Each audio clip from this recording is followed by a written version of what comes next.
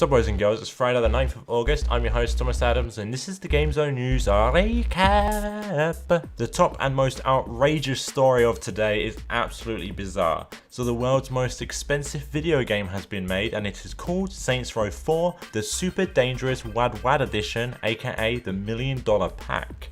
While it's not yet officially been crowned the most expensive video game of all time because it does have to sell and there's only one of them, it does in fact cost $1 million and it includes some of the following. It of course includes Saints Row 4 the game, collector's edition or whatever you want to call it, a real dubstep gun, a space flight, a Lamborghini, a facelift, a flight to Dubai from which you get to stay in that big mega hotel island type thing, and much more. So yes guys and girls, if you have $1 million spare, you can grab a bunch of random stuff plus Saints Row 4.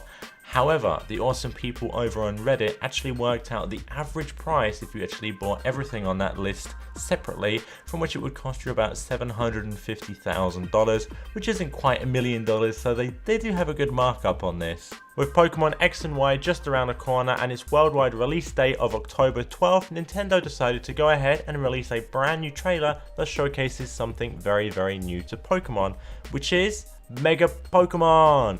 So these Mega Pokémon are beefed up versions of their normal Pokémon variants. They can have little different abilities and better stats, but they only work during battle. So this is how a Mega Pokémon works.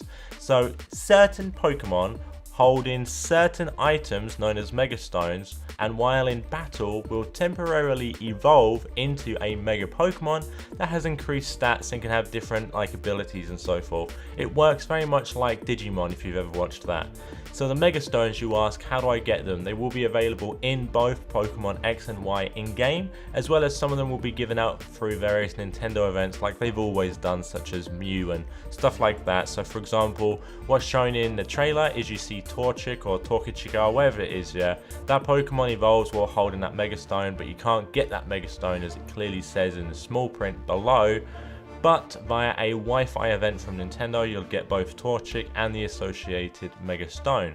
I, for one, find this news is just crazy. I mean, Pokemon and Mega Pokemon, it's a bit of a rip-off of Digimon. The Bureau XCOM Declassified has just released its last episode of the live action series, and I have to say, it's been a very awesome experience and an absolute pleasure to watch.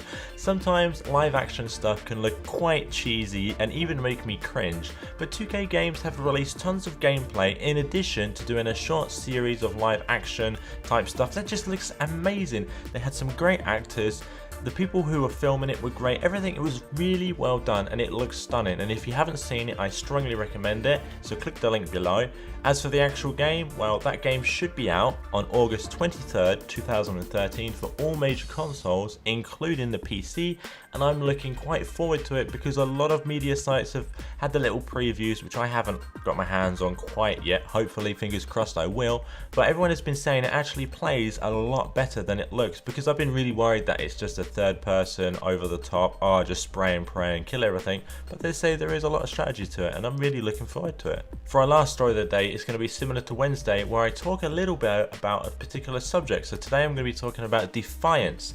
Now the top news of the day for them is that they are closing down their San Diego studio and moving everything to their headquarters over in Redwood City. So this piqued my interest and I thought, you know, I reviewed Defiance way back when. We've reviewed Defiance, everyone has reviewed it, and hopefully a lot of us have seen the TV show. I personally thought Defiance, the MMO, was pretty mediocre and really not that fun. And I thought the TV show, I don't watch much TV, so what I do watch is like say Breaking Bad, Dexter. I just watch the big things. Other than that, I'm not really interested in TV. But for Defiance, I didn't really get into it. I didn't like it. It wasn't my kind of thing, yeah? So I thought, how well is it doing? So I did a little bit of digging and I was actually quite surprised that Defiance, the TV show, has been doing really well. Sci-Fi, which is the USA channel, reported that Defiance has been a huge hit in the USA and it was their best premiere they ever had since Eureka back in 2006. So that's going back quite a few years, and I must admit Eureka was quite fun too. And to make things even better, they said that Defiance had the highest total viewers of any sci-fi premiere since Warehouse 13 in 2009. Now I never actually watched that, I have no idea what it is, but I assume that it was really good. You'd have to leave a comment and let me know. So it's great news for the TV show, but what I really want to know is how many people play the MMO.